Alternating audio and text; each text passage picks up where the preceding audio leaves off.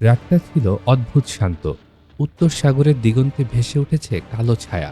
শুরুতে মনে হচ্ছিল মেঘ। সমুদ্রের বাতাস থমকে আছে। চাঁদের আলোয় নিস্তব্ধ এক গ্রাম ঘুমিয়ে। হঠাৎ দূরে দেখা যায় কালো ধোঁয়ার রেখা। তারপরই বজ্রের মতো শব্দে কেঁপে ওঠে পুরো উপকূল।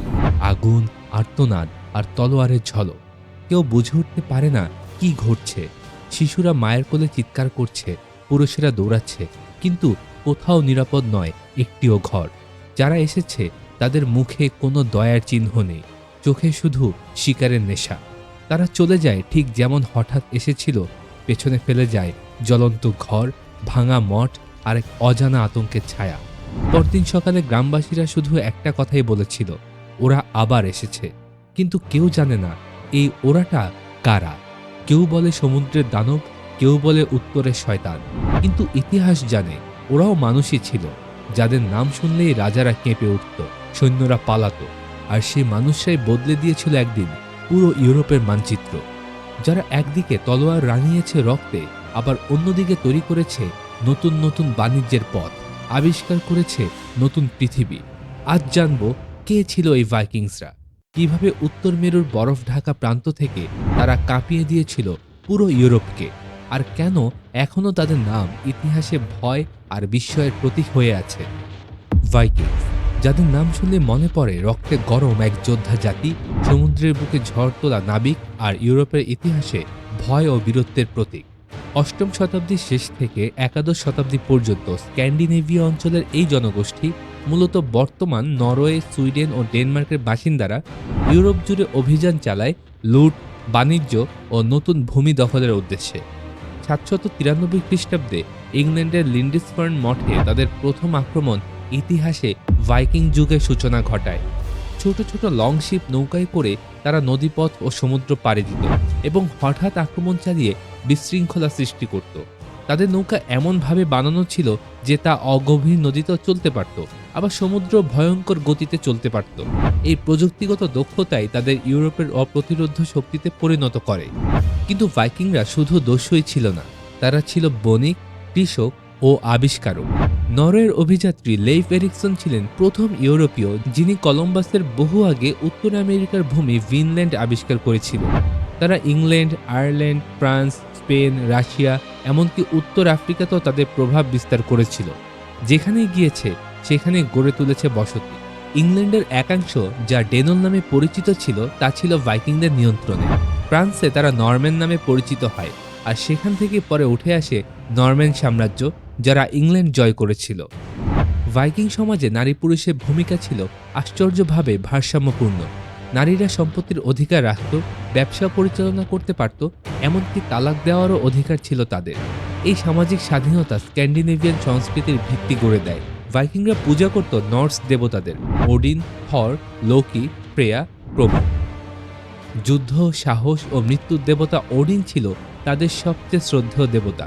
তারা বিশ্বাস করত যোদ্ধা হিসেবে মৃত্যুবরণ করলে তারা যাবে ভ্যালহালা নামের স্বর্গে, যেখানে ওডিন নিজে তাদের বীর হিসেবে গ্রহণ করবেন। মৃত্যুকে তারা ভয় নয়, বরং সম্মান মনে করত, একটি গৌরবময় শেষ মনে করত। ভাইকিং সমাজ ছিল গোত্রভিত্তিক। প্রতিটি গোত্রের নেতা ছিলেন জার। আইন ও বিচার হতো থিং নামের গণসভায়, যা আধুনিক সংসদের প্রাচীন রূপ। তাদের ভাষা ওল্ড নর্স থেকে জন্ম নিয়েছে আধুনিক স্ক্যান্ডিনেভিয়ান ভাষাগুলো। ভাইকিংরা তাদের ইতিহাস ও বীরত্বের গল্প সাগা আকারে সংরক্ষণ করেছিল, যা আজও আইসল্যান্ড ও নরওয়ের সাহিত্যিক ঐতিহ্যে জীবন্ত। ভাইকিংদের যুদ্ধনীতি ছিল দ্রুততা ও চমকের উপর ভিত্তি করে। তারা হঠাৎ আক্রমণে ভয় ছড়িয়ে দিত, তারপর দ্রুত সরে যেত।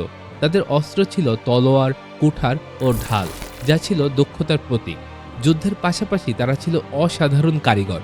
তাদের তৈরি ধাতব কাজ, কাঠের খোদাই ও গহনা আজও প্রত্নতাত্ত্বিক নিদর্শনে বিস্ময় জাগায়।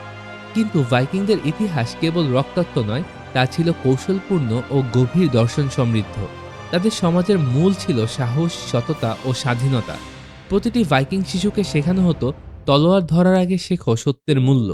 তাদের চোখে জীবন মানেই যুদ্ধক্ষেত্র, যেখানে জয় পেতে লাগে শক্তি, বুদ্ধি আর ভাগ্য। তাদের বিশ্বাস কেউ মৃত্যুকে এড়াতে পারে না, কিন্তু মরার ধরন নির্ধারণ করে তার গৌরব। এই বিশ্বাসই তাদের অপরাজেয় মানসিকতা গড়ে তুলেছিল। তারা শুধু সমুদ্র যোদ্ধাই নয়, ছিল বিশ্বজোড়া বাণিজ্যের পথিকৃৎ। ইউরোপ থেকে বাইজেন্টাইন সাম্রাজ্য এমনকি আরব বিশ্ব পর্যন্ত তাদের বাণিজ্য পথ ছড়িয়েছিল। রাশিয়ার নদীপথ ধরে তারা ভলগা ও ডন হয়ে কৃষ্ণ সাগরে পৌঁছেছিল এবং কিয়েভ ও নভগোরদের গোড়াপত্তনে ভূমিকা রেখেছিল। এখান থেকে জন্ম নেয় রুসল্যান্ড অর্থাৎ নৌকায় চলা জাতি, যা থেকে পরে গড়ে ওঠে রুশ সাম্রাজ্য। ভাইকিংদের রূপা, পশম, কাঠ, অস্ত্র ও মশলা ইউরোপের বাজারে ছিল সোনার দামে বিক্রিত। তারা জানত কখন যুদ্ধ করতে হবে আর কখন বাণিজ্যে লাভ তুলতে হবে। এই ভারসাম্যই তাদের সভ্যতাকে টিকিয়ে রাখে। তাদের লং শিপ শুধু যুদ্ধের প্রতীক নয়, ছিল সভ্যতার বাহন। প্রত্যেকটা নৌকার মাথায় ড্রাগনের মুখ খোদাই করা থাকত, যা শত্রুকে ভয় দেখাতো এবং দেবতাদের আশীর্বাদ ডেকে আনত বলে তারা বিশ্বাস করত। দিক নির্দেশনায় তারা ছিল অগ্রগামী। সূর্যের অবস্থান, ঢেউয়ের গতি, এমনকি পাখির উড়াল দেখে তারা দিক নির্ধারণ করতে পারত। কোনো কম্পাস ছাড়াই তারা আটলান্টিক পাড়ি দিয়েছিল, যেখানে শত বছর পরে এসে বিস্মিত হয়েছিল ইউরোপীয় অভিযাত্রীরা। তাদের ধর্মীয় বিশ্বাসও ছিল মহাজাগতিক। তারা ভাবত পৃথিবী এক বিশাল বৃক্ষ ইগড্রাসিলের উপর টিকে আছে, যার শাখায় মানুষ, দেবতা ও দৈত্যদের জগৎ সংযুক্ত। এই বিশ্বাস তাদের শিল্প, সাহিত্য ও যুদ্ধনীতিতে ছাপ রেখে গেছে। তাদের গহনা ও অলঙ্কারে দেখা যায় সাপ, ড্রাগন ও রহস্যময় প্রতীক, যা এখনও ইউরোপীয় নকশায় জীবিত আছে। ভাইকিং কবিরা স্কাল্ড নামে পরিচিত ছিলেন। তারা বীরত্ব ও দেবতাদের গল্প ছন্দে গাইত। এসব গল্পই পরবর্তীতে আইসল্যান্ডিক সাগার ভিত্তি হয়, যা শুধু ইতিহাস নয়, মানবাত্মার সংগ্রামের প্রতিচ্ছবি। তাদের ভাষা থেকে আজকের ইংরেজিতে অনেক শব্দ এসেছে, যেমন sky, egg, knife, window, anger, সবই ভাইকিংদের উত্তরাধিকার। ভাইকিং যুগের অবসান ঘটে একাদশ শতাব্দীতে, যখন ইউরোপে রাজতন্ত্র শক্তিশালী হয় এবং খ্রিস্ট ধর্ম ছড়িয়ে পড়ে। ভাইকিংরা তখন ধীরে ধীরে খ্রিস্টান ধর্ম গ্রহণ করে। তাদের পুরনো দেবতা ও পৌত্তলিক রীতিগুলো ইতিহাসে মিশে যায়, কিন্তু তাদের আত্মা কখনো মরে না। ভাইকিংদের রক্ত আজও মিশে আছে আধুনিক ইউরোপের শিরায় শিরায়। তাদের আবিষ্কারী মনোভাব এখনও বেঁচে আছে স্ক্যান্ডিনেভিয়ার প্রযুক্তি, স্থাপত্য ও সমুদ্র সংস্কৃতিতে। ভাইকিং মানে কেবলই এক জাতি নয়, এক মানসিকতা, এক অদম্য ইচ্ছাশক্তি যা কোনো সীমাকেই ভয় পায় না, বরং অজানাকে চ্যালেঞ্জ মনে করে। তারা দেখিয়েছে পৃথিবীর কোনো প্রান্তই দূরে নয় যদি তোমার নৌকা ভাসে সাহসের ঢেউয়ে। ভাইকিংরা প্রমাণ করে গেছে মানুষের আসল শক্তি অস্ত্রে নয়, বরং অনুসন্ধানে। তাদের ইতিহাস শেখায় ভয়কে জয় করা মানে শুধু যুদ্ধ নয়, বরং নিজের সীমাকে অতিক্রম করা। তারা নিখুঁত ছিল না, কিন্তু ছিল সত্যিকারের অভিযাত্রী, যারা পৃথিবীকে শিখিয়েছে কিভাবে অজানার দিকে এগিয়ে যাওয়া যায় অদম্য সাহসে। ভাইকিংরা হারিয়ে গেছে সময়ের কুয়াশায়, কিন্তু তাদের কিংবদন্তি আজও বেঁচে আছে উত্তর সাগরের ঢেউয়ে, অরোরা বোরিয়ালিসের আলোয় আর মানব সাহসের ইতিহাসে চিরকাল। ভাইকিংদের ইতিহাস যতটা রক্তাক্ত, তার চেয়েও বেশি অনুপ্রেরণামূলক। তাদের প্রত্যেকটা পদক্ষেপ ছিল এক নতুন বিশ্বের সন্ধান। তারা বিশ্বাস করত মানুষের সীমা সমুদ্রের শেষ নয়, বরং তার সাহসের শেষ। এই ফিলোসফি তাদের অসীম দুঃসাহসিক অভিযানের মূল প্রেরণা হয়ে ওঠে। তাদের সমাজে যুদ্ধ শুধু রক্তপাত নয়, বরং এক ধরনের শিল্প ছিল, যেখানে কৌশল, শৃঙ্খলা এবং মনোবল একসঙ্গে কাজ করত। একজন ভাইকিং যোদ্ধা জানত তার তলোয়ারের ধার কেবল শক্তিতে নয়, আত্মবিশ্বাসেও নিহিত। তাই তারা কখনোই পিছু হটত না, এমনকি মৃত্যুর মুখেও না। ভাইকিং সংস্কৃতিতে পারিবারিক ঐতিহ্য ও বংশগৌরব ছিল অত্যন্ত গুরুত্বপূর্ণ। প্রত্যেকটা সন্তান জানত তার পূর্বপুরুষের নাম, কীর্তি ও যুদ্ধের ইতিহাস। তারা তাদের বীরদের গল্পে বড় হতো, যেমন র্যাগনার লথব্রোক, আইভার দ্য বোনলেস এবং এরিক দ্য রেড। এইসব কিংবদন্তি ব্যক্তিত্ব শুধু ইতিহাস নয়, বরং ভাইকিং আত্মার প্রতীক, যেখানে সাহস ও কৌশল একে অপরের পরিপূরক। র্যাগনার ছিলেন এমন এক যোদ্ধা যিনি রাজা হওয়ার থেকেও বেশি গর্ব করতেন অভিযাত্রী হতে।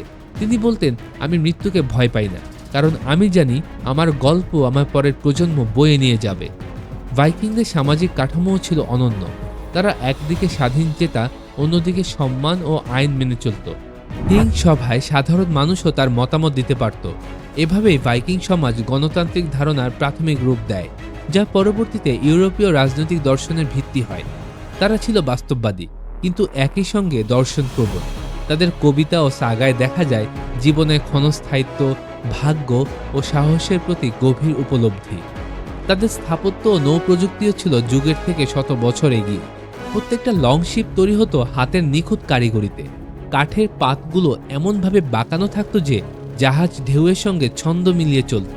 তারা বাতাসের গতি, পানির ঘনত্ব ও আবহাওয়ার পরিবর্তন বুঝে দিক নির্ধারণ করত। এমনকি বলা হয় ভাইকিংরা নাকি সূর্য পাথর নামে এক ধরনের পাথর ব্যবহার করত, যা হচ্ছে এক ধরনের স্ফটিক পাথর, যার মাধ্যমে মেঘলা দিনেও সূর্যের অবস্থান জানা যেত। এই প্রযুক্তি আধুনিক কম্পাস আবিষ্কারের আগেই তাদের হাতে ছিল।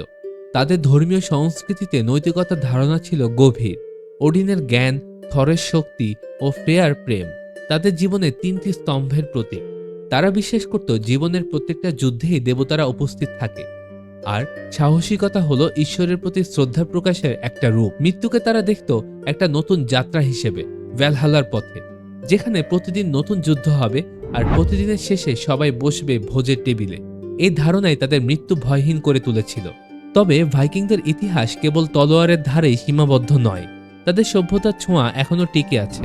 ইউরোপের অনেক শহরের নাম ভাইকিং উৎস থেকেই এসেছে। তাদের রুনলিপি ছিল উত্তর ইউরোপের প্রথম লিখিত বর্ণমালা। তাদের বানানো জাহাজ, গহনা এবং অস্ত্রের নকশা আজও স্ক্যান্ডিনেভিয়ান ডিজাইনের মূল প্রেরণা। ভাইকিংরা ছিল এমন এক জাতি যারা বিশ্বাস করত মানুষের নিয়তি লেখা থাকে ঢেউয়ের উপর। তারা যখন অন্ধকার রাতের সমুদ্রে নৌকা ভাসাতো, তখন তাদের চোখে ছিল আগুনের মতো দীপ্ত এক বিশ্বাস, যতক্ষণ বাতাস আছে ততক্ষণ পথ আছে।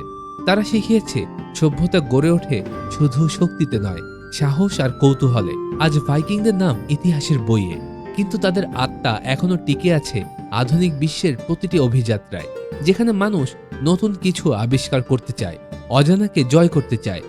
ভাইকিংদের সেই আত্মাই মানবজাতিকে বারবার সামনে টেনে নিয়ে গেছে, দেখিয়েছে ভয়কে জয় করার সবচেয়ে বড় অস্ত্র হলো জ্ঞান ও সাহস।